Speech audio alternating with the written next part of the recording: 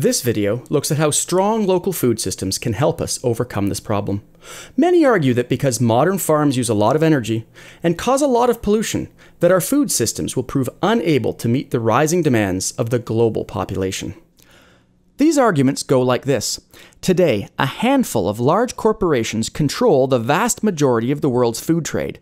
In doing so, they make a huge amount of money by using farming systems that damage the environment, exploit workers, and displace traditional farmers.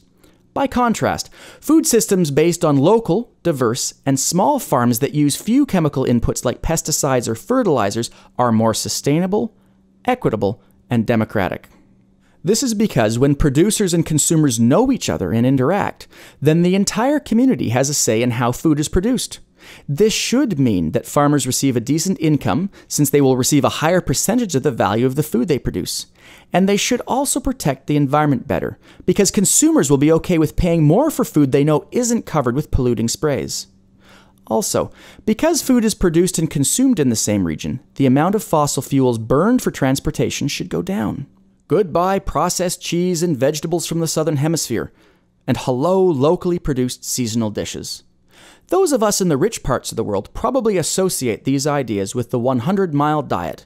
In the developing world, these ideas are often described as food sovereignty and are promoted by La Via Campesina, an international movement advocating that consumers and small-scale producers work together to take control of their food. Many, however, question whether this vision of alternative food systems can provide a viable food security strategy for humanity's growing population. For instance, while there is a huge disagreement amongst scientists, many point out that farms using alternative methods tend to have lower yields when compared with conventional farms.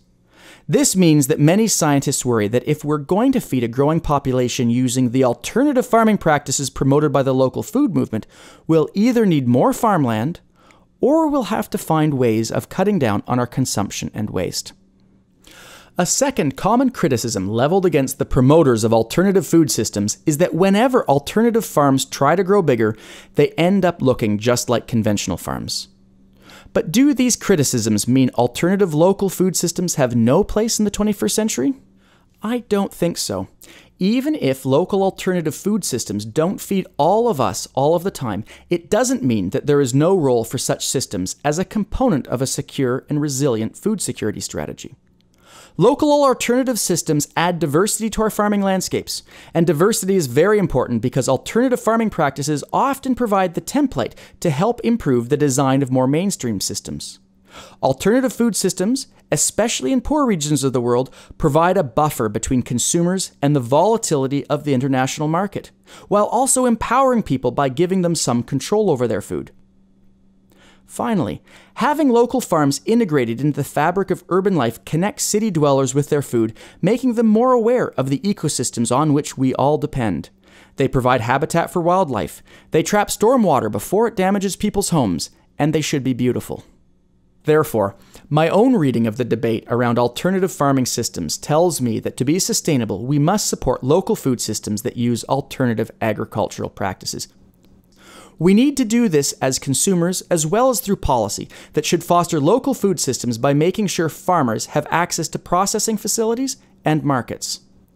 But we must also realize that local and alternative won't feed us all.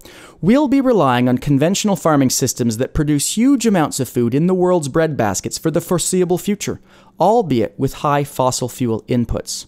So what we need is a balanced approach.